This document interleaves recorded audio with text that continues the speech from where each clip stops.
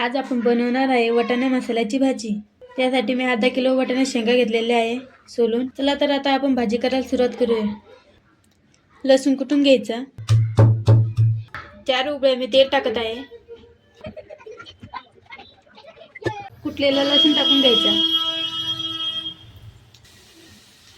लसूण चांगला तळून घ्यायचा। लसूण तळलेला आहे।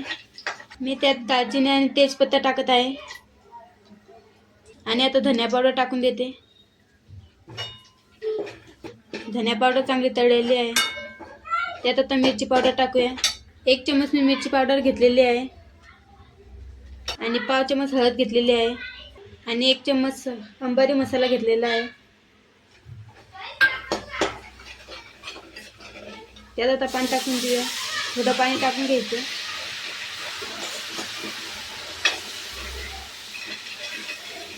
आणि एक एव्हरेस्ट पुडी टाकूया। मी एव्हरेस्ट पुडी टाकत आहे। एव्हरेस्ट मसाला खूप छान लागतो खायला। त्यात आता आपण पाणी टाकूया। मी 2 ग्लास पाणी टाकलेलं आहे।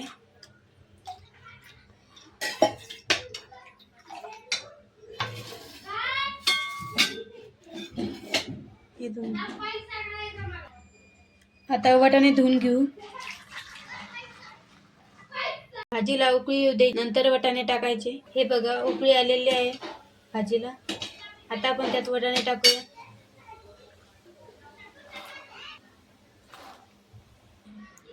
पूर्ण वाटाणे टाकून घ्यायचे।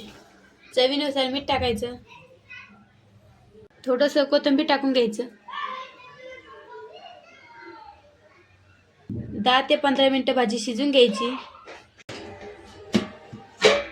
तर हे बघा आपली भाजी तयार झालेली आहे। एकदम तरीपात भाजी तयार झालेली आहे। हे बघा